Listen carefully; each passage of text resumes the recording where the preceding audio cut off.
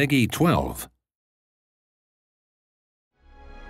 Hi, I'm Scot Amos, the executive producer of Lara Croft and the Temple of Osiris, the sequel to the award-winning Lara Croft and the Guardian of Light from Crystal Dynamics. Today I'm joined by 3 of our devs. Hi, I'm Alicia Thayer, I'm a designer. Hi, Will Kerslake, lead designer.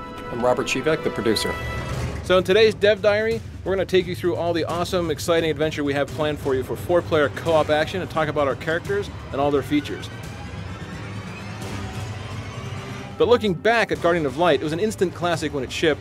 It was one of those things that people got together and said, this is an amazing 2-player co-op digital experience.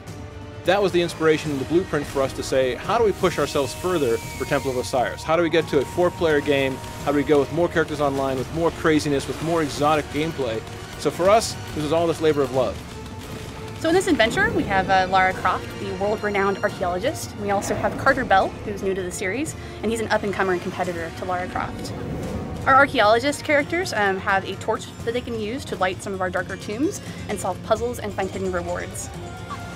One of the other unique abilities the archaeologists have is the grapple.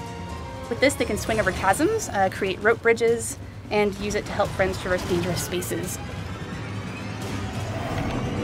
Next up, we have Isis and Horus. These are the Egyptian gods that are joining Lara and Carter in this new adventure, and they have their own unique abilities.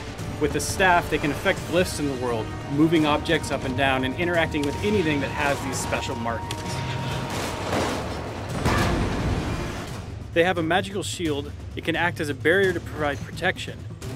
The shield can also be used as a stepstone, allowing other players access to difficult-to-reach places. It'll also move across the surface of water.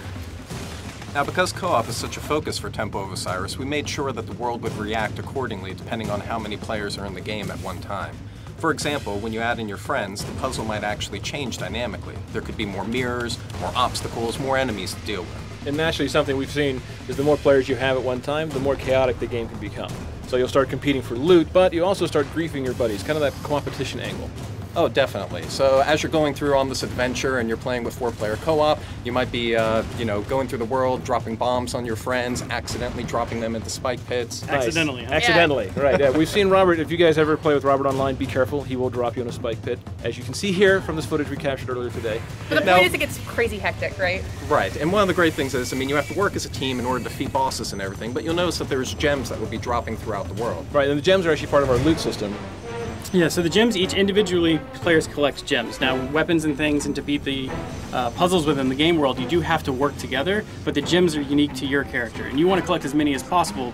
And the cool thing is, when you get to the end of a tomb, there's all these treasure chests that you could open, and you could use them to unlock powerful new rings and amulets, weapons, and costumes for your player. And the chests are different costs based off of the type of loot that you can get from them, so the more gems you have, the cooler loot you get.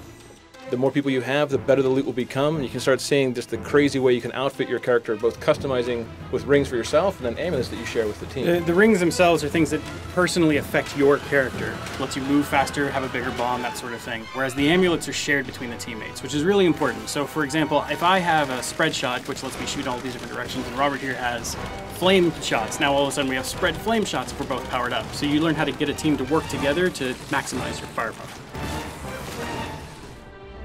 Alright, so that gives you a very quick look over everything that we're doing for Lara Croft and Temple of Osiris.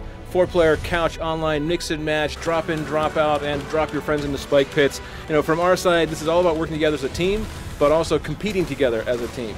This is for us one of those labors of love that we come from the Guardian of Light days, looking forward to what we want in Temple of Osiris Day, so we really hope you guys will love playing it as much as we've loved making it. Coming out this year, December 9th for Xbox One, PS4, and PC. Thanks, team. Anything else? Thanks for watching. All right, guys, have a great time. We'll see you online.